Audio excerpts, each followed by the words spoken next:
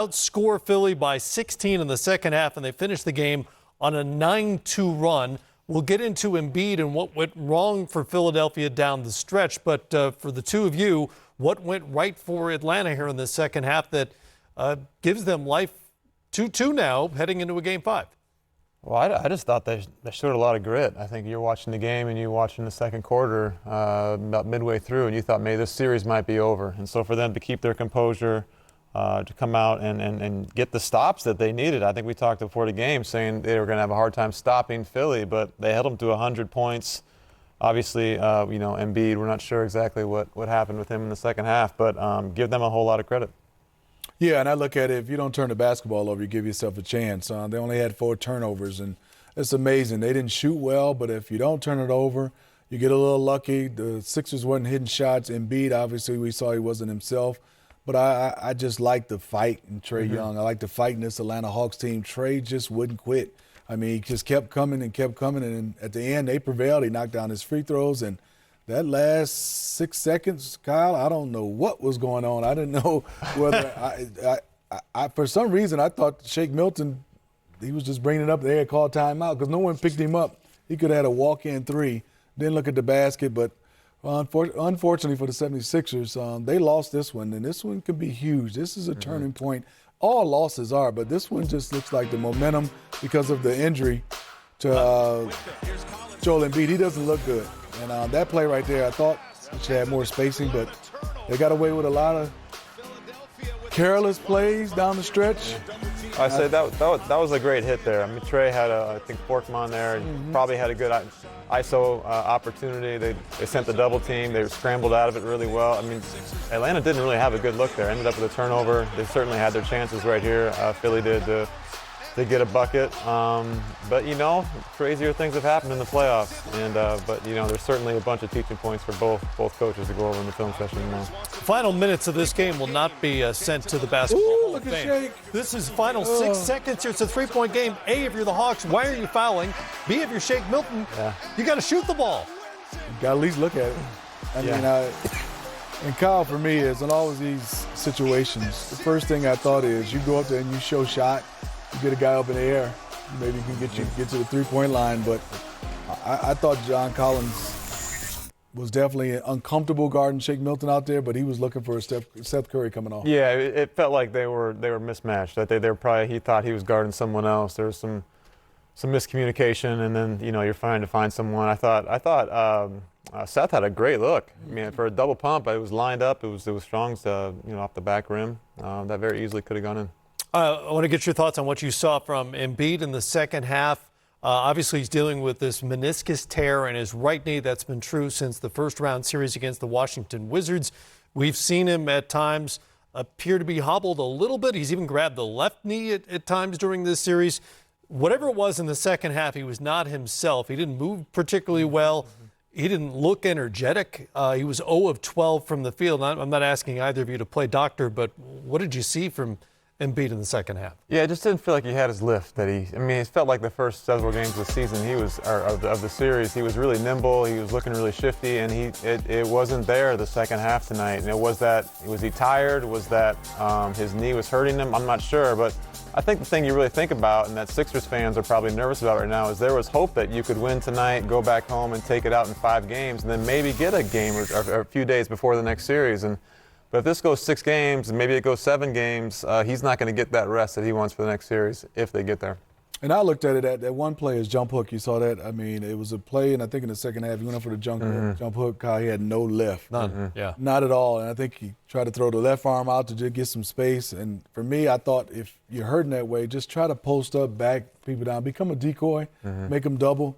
But I think for him, he was trying to score, and they just didn't have it.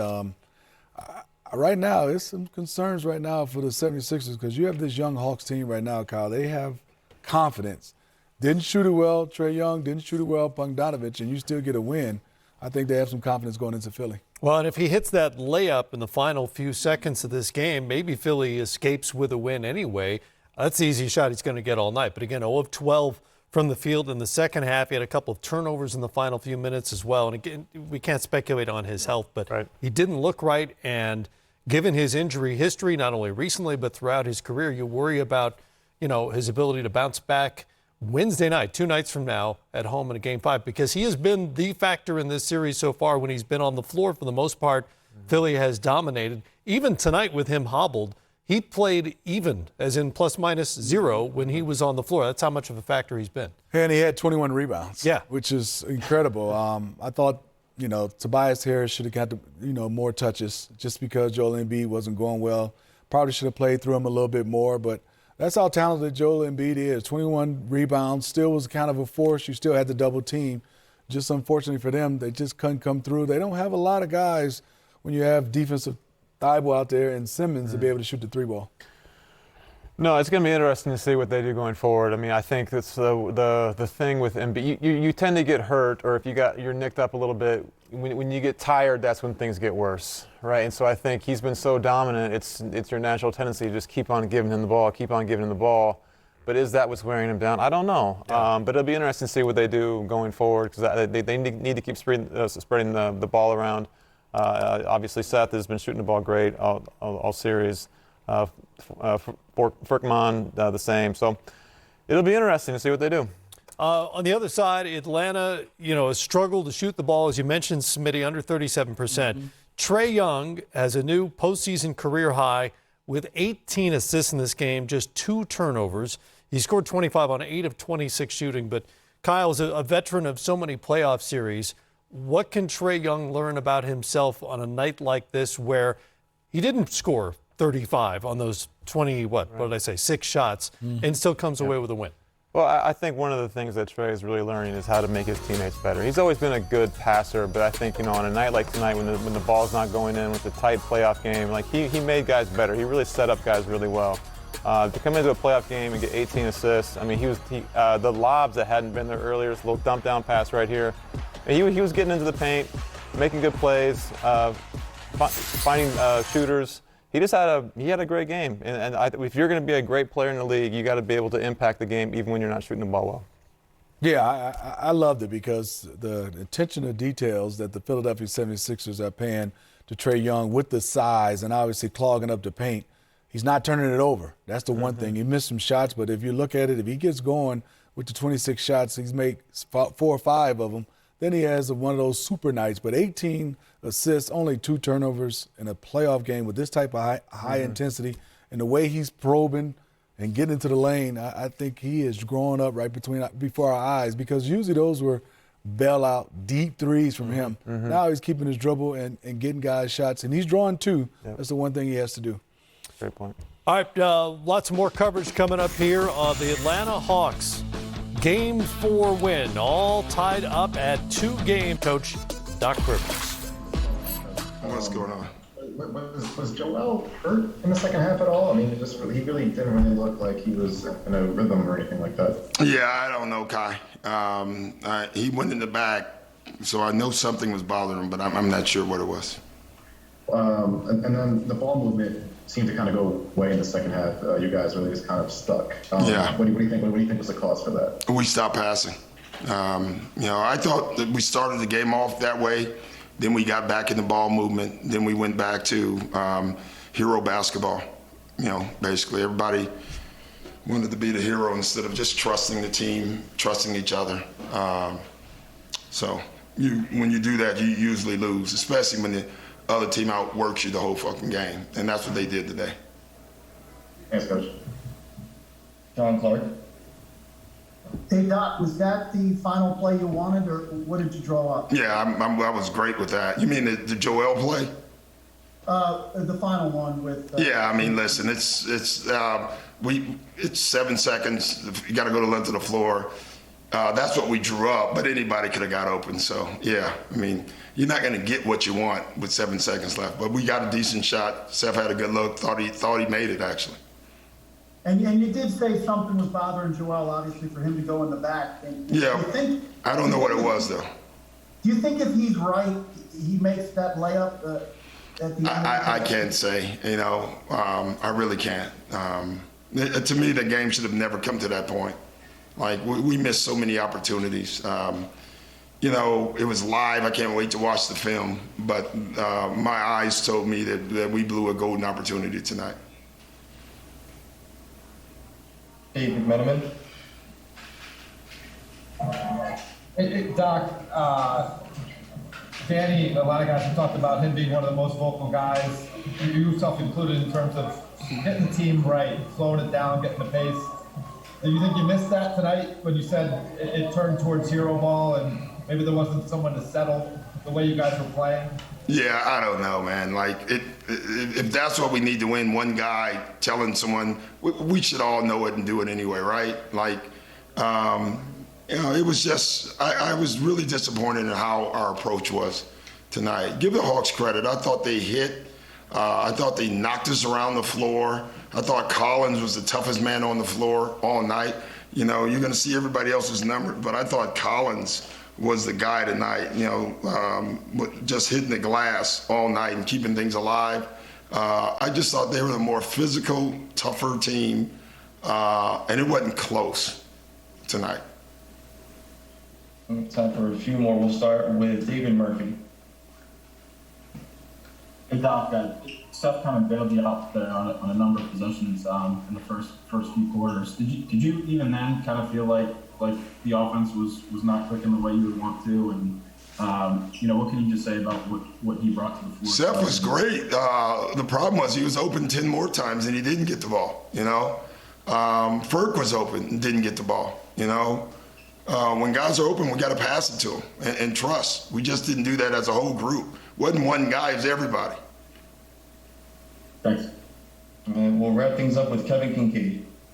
Hey Doc, Joel's been really good for you in closing situations throughout the year. Tobias as well though too. So philosophically, I mean, how do you balance that out when the guy's been really good for you all year, but maybe he doesn't have it on a particular night? Yeah, but even on those nights, you still go to your guys. I've coached a lot of games where guys haven't had it all night, but they're your guys and they get it. The shot we got Joel, I think we would take that shot all night, whether you have it going or not. We would take that shot. And, that doesn't mean you make them all. And so that was one of the few plays that I thought we executed extremely well. We got Joel right in his sweet spot, and it didn't go in. I can live with that play. I just couldn't live with the way we played all game. All right, thank you, Coach. Thanks, guys. Doc Rivers summing it up by saying the Sixers blew an opportunity. Trey Young and the Hawks. That we were playing at. But it just didn't fall. I thought defensively we were a little soft in that first half. But the third quarter, we came out, we established ourselves defensively, started to get stops, and was able to really get to our tempo and get some easy baskets, some open looks, and the shots started to fall for us. How huge just was John in that second half as well? It seemed like he was given a lot of second effort plays out there. He really did. I thought he, brought a lot of energy, was playing with urgency in that second half. We had 21 second chance points, and the hustle game, the scrap game, was one of the keys that we felt we had to win tonight to beat Philadelphia. And John, did a great job of getting us second and third opportunities. That was big, and the fact that we took care of the basketball, only 4 turnovers, which allowed us 101 attempts at the basket. That's really good basketball. Chris Kirshner. Nate, you guys were obviously down 18 at one point. This is a young, inexperienced roster for the most part who hasn't been in games like this before. What can you say about the resiliency of this bunch? I thought they just stayed with it. They continued to stay together. They didn't crack or anything like that. They stayed together, continued to work hard defensively, and this is what they've been doing all season long. Our defense finally showed up, and we was able to start knocking down some shots. And we often talk about it's a 48-minute game, and we want to try to get off to a good start, finish strong. I thought we did that in the second half, giving up only 38 points to Philadelphia, and offensively finding our rhythm. Zach Klein. Coach, we saw Trey wearing some tape and eating his shoulder. Is he injured? Is something wrong? Because obviously he got off to a slow start and struggling from the floor. Any issue with that shoulder? When he took off his warm-up, it was the first that I saw that. And, so I haven't gotten a report that he has an injury there, but obviously there's something going on with his shoulder. But he hasn't complained, or I haven't gotten a report that they were treating his shoulder. Steve Hummer. Well, more on the shoulder thing. Could you tell that he was having problems with it early in the game? Well, he was missing some shots that he normally makes, and just was really, the ball wouldn't fall for him. But he stayed with it. He's a tough kid. And I thought he played or established the tempo that we needed to get a win tonight. I thought he established that tempo early in the game. He stayed with it. His shot started to eventually fall for him. But, he missed some shots, and it could have been the shoulder. I really don't know, because some of those same shots that he missed in the first half, he started to knock down in the second half. So to be clear, you knew of no problem with his shoulder after the last game, or anything he incurred during practice, or anything? No. Charles Odom. You have faced endless questions about how to deal with Philadelphia's size, and especially with Embiid. What can you say about the second half efforts on Joel? And he was 0 for 12 in that half. I thought, Clint really did a good job of trying to force his catch out. I thought our weak side did a good job of being in their shift and mixing up their coverages as far as double teaming. Embiid, he's a tough guy to guard. But it started with Clint, Big O, John, and those guys who were guarding him, just really trying to get him off of the block, force his catch out. And we did a good job of digging and, mixing up our double teams on him. Jamila Johnson. Hey, Coach. Congrats on the win. Thank you. We saw some of Danilo Gallinari with the starters a little bit in the lineup like that, and we see how you like to mix that up. What have you seen from him that you like? He looked like he was really aggressive, and he was driving, and he was doing a lot more than just shooting three. Well, we're just trying to get some size out there with Gallo and John and Clint at times. We feel that we can match up with them and still be able to run an offense with that group out on the floor. So it gives us some size. We still are able to put shooting out on the floor. But the main thing is to give us a little bit more length to match up with the size that they have out on the floor. Raphael Haynes. Coach, Doc just talked about how he felt that you all were the tougher team in this game. As far as mental toughness, can you speak about that as far as your team and what you liked about that tonight? I think they continue to just show growth in all areas. And this was a mental challenge for our guys. We talked about that after Game 3 when we dropped that game and we looked a little, beat up. This is a mental challenge. It's just as much mental as it is physical. And I thought our guys responded tonight with, great effort, lots of energy. They played with urgency, but I thought the execution on both ends of the floor was really good. I felt that we were connected out there on the floor tonight. Time for the Limelight, presented. Little athletic tape on your shoulder. Can you just kind of walk me through what's going on with your right shoulder? Yeah, I got hit last game, and it's been kind of sore. It's gotten a little bit sore over the past couple of days. So Nate just hit me. He said y'all asked him about it too, and I told him I wasn't gonna tell nobody anyways, besides the training staff, because I was gonna play tonight. So it was just a little sore. So the tape helped. Could you feel it affect you at all at the start of the game? It seemed like you got off to maybe a little bit of a slower start. Like, was it bothering you? It was just kind of, for me, it wasn't a bother. It was just kind of fighting through it. Knowing it was kind of sore, just trying to work it out, keep it warm throughout the game. That's really pretty much what it was. I mean, I'm not blaming my shooting on my arm. I feel like I had a lot of good looks, and the shots just weren't going in, and I gotta be better at knocking down my shots. Next question from Chris Kirschner. Hey, Trey, obviously in the first half, you guys were down by 18 at one point. What can you say about the resilience from the squad? Yeah, I mean, we've been fighting, all year. We've been fighting all year, and this team never gives up. We, no matter what the score is throughout the game, we know it's a long game. The NBA is a long game, and it's a 48-minute game, and for us, we just stay level-headed throughout the whole game. Every team's gonna make runs, and so for us, I love the way we fight, and I'm proud of our team tonight. Zach Klein.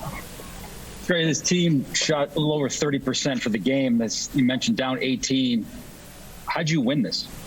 Our defense. I mean, you don't shoot that bad and shoot that poorly and still win the game if you don't play good defense. And we played really good defense, and we took care of the ball. Only 4 turnovers. That's big time for us, and I think that's a big reason why we won. Because, I mean, even though we shot 30% in both categories, we had over 100 possessions, and that's big for us. We got a lot of guys who can make plays. So when you have that many possessions, and keep the ball on your side and at least get up a shot, it's going to work out more times than not. Steve Hummer. Yeah, Trey. So what is Nate's reaction when you take off your warm up and he sees your shoulder taped up? Yeah. He kind of gave me a look like he didn't know about it. But I mean, I told him we're fine, we're good. Let's go play, let's go win. So. Well, the fact that you played so well down the stretch, did that indicate at all that it was loosening up, or? Yeah, I mean, it's all off adrenaline at that point. I'll probably feel it. I'm feeling it a little bit more right now, and I'll probably feel a little bit more tomorrow. But I mean, I'm gonna continue to get treatment on it and stuff like that. So, but in the game, in the moment, I didn't feel it. Is it a bruise or well, how would you classify it? I don't. It's not a bruise on the outside. Maybe on the inside, it's just sore. I don't know. I don't know how to really explain it to you. I mean, okay, thanks. Terrell Thomas.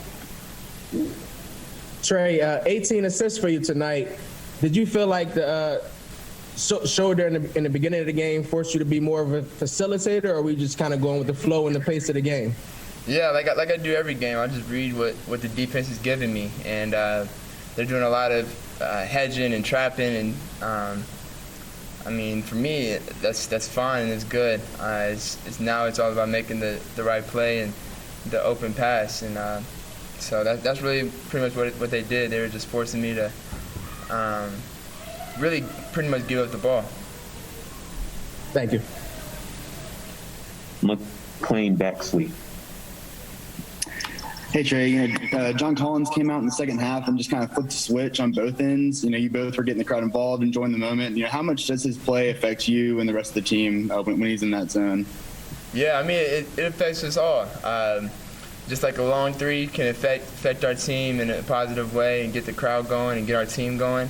JC's dunks and his putback dunks are the same way. They're infectious. The way he plays and his energy is big time for us. We're going to need him to continue to bring that energy on both ends, and I'm happy with the way he played tonight. He big reason why we won tonight. And just kind of going off the crowd, how does tonight compare to other crowds, whether in college or high school or other pro events you've been in, just the environment tonight? Yeah, I mean, tonight, this playoff environment has been a lot different than even since I've been here. It's been great. The fans have been loud, been cheering. I mean, last game we didn't give them too much of a reason to really cheer, but I mean, all the other games, it's been great, and they've been very supportive of us and really really pushing us over that edge to give us that momentum that we need to take care of home, and that's what we need to continue to do.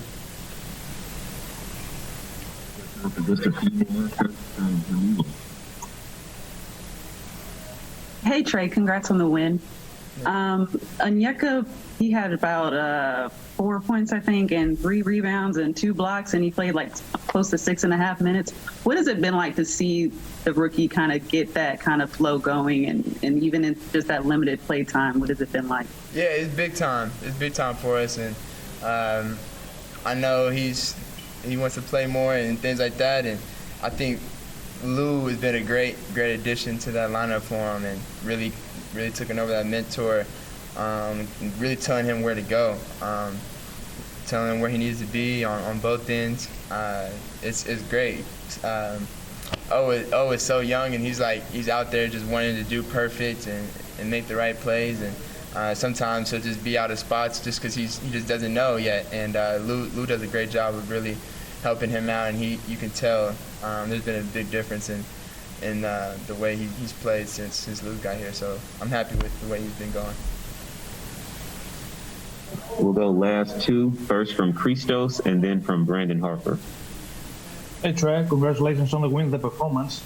Is this win, can this win change the whole momentum of that series from your perspective? And how confident you are about Game 5?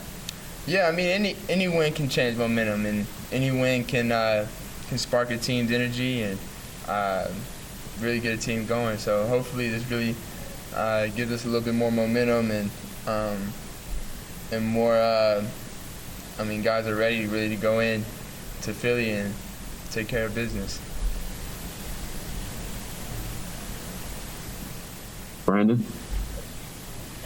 Yeah, Trey, great win tonight. I know Joel is going to do Joel things, and, in that second half, you all kind of flustered him a little bit. He was looking for foul calls.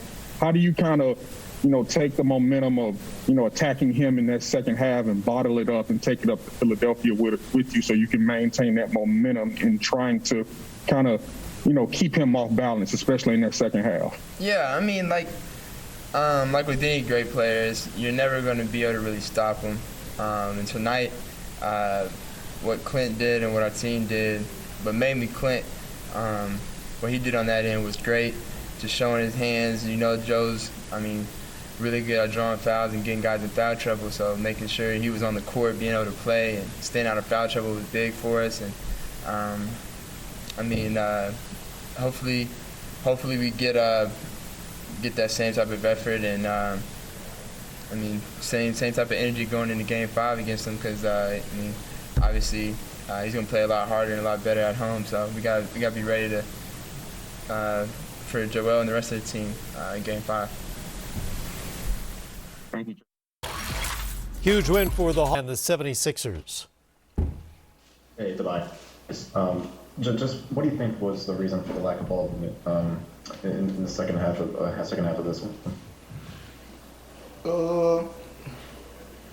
I don't know, really. I think that we didn't make many shots. We didn't make shots in the second half, really.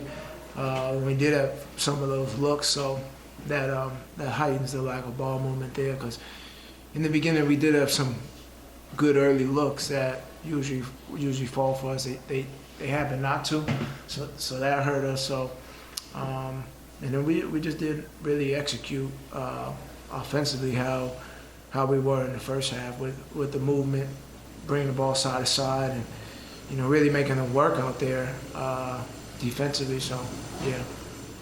Doc said you guys just got straight off just outworked. Would you agree with that? And what do you think that kind of happened tonight? Yeah, we did. I think we definitely got outworked out there. They got the 50-50 balls, offensive boards, all the way down the line. So yeah, give them credit. They did. Second half, they did a good job of just defending, making us miss, and getting out and getting some looks out there, and that hurt us. Thanks, Tate. Yeah. Hey, McMillan. Doc also said that he thought it was hero ball by you guys on the stretch. Did he tell that to you guys? Do you share that with the team? And what do you feel about that assessment? Yeah, I mean, he shared that with us, and you know, it's probably, I mean, it's a valid statement. I think that you know, obviously when you're in the crunch time like that, you know, we wouldn't have been there if we just stuck to what we were doing in the first half and getting the ball side to side. So, you know, we let that slip with playing that type of way in the second half, so that hurt us. So yeah, I mean, it all just trickled down from there, really. Let's just go to David Murphy. Hey, Tobias, we asked you about Jamal a few days ago, and you said, you know, once you're out there on the court in the playoffs, it's no excuses, and, you know, you just got to play through it, and he does that. But I mean, tonight it really looked like he was having trouble changing directions off that right foot, elevating off that right foot, you know, 0 for 12 in the second half. What did you see out there playing with him? You know, even on that last play, him on that pick and roll, what did you see out of him tonight? I mean, we got a good look on the pick and roll. It didn't fall. You know, he had he didn't have his best night offensively, but he had some big defensive plays for us all throughout the game. So, you know, I'm not out there critiquing his movements and how he's looking off one leg or the other. You know, I'm out there just trying to play basketball. I mean, he's the most dominant player in the game, making shots or not making shots. So we know what he brings to his team, and I know he'll bounce back next game. That's really it. Mike McGarry. Hey, Tobias, Doc said that he thought this was a missed golden opportunity for you guys. Do you agree? And what's the key to going forward now? You could have been up 3-1. Now it's 2-2, looking like a long series. Yeah, it's 2-2. So that's the key going forward. We got to go back home and play and do our best to win. You know, the game is over. We figure out how we can adjust and be better. A golden opportunity, of course. I mean, you know, we should have been a game that's ours, but right now it's in the past, and we just move on and we get ready for the next one. That's all you can do. We have time for two more. We'll start with Christos Soltas. Hey, Tobias, what was the biggest lesson for your team on the second half? And also, what do you need to do in Game 5 to be the aggressors from the first minute of the game? Big adjustment for us is just sticking with what was working. Now, obviously, that was us being scrappy, defending, getting out there in transition, and offensively making the correct play. We did get away from it in the second half, but you know, come next game, we just got to get back to that flow. Final question, we'll go to Christopher Murray. Yeah, Tobias, what happened defensively? What was the defensive breakdown late in the third quarter when they made their run? And what was happening on the offense end? Did that affect your defensive play as well? Yeah, I mean, you know, we missed a lot of shots, so for them, they were able to get out and transition and kind of get at us without a set defense. But, you know, they, as I said before, they got the 50-50 basketballs. You know, they got to the free throw line a little bit as well. Got the offensive boards. Was able to create some extra possessions out there for them in the second half. I mean, third quarter, they had 31 points. That's too many points for our standard defensively in the playoffs.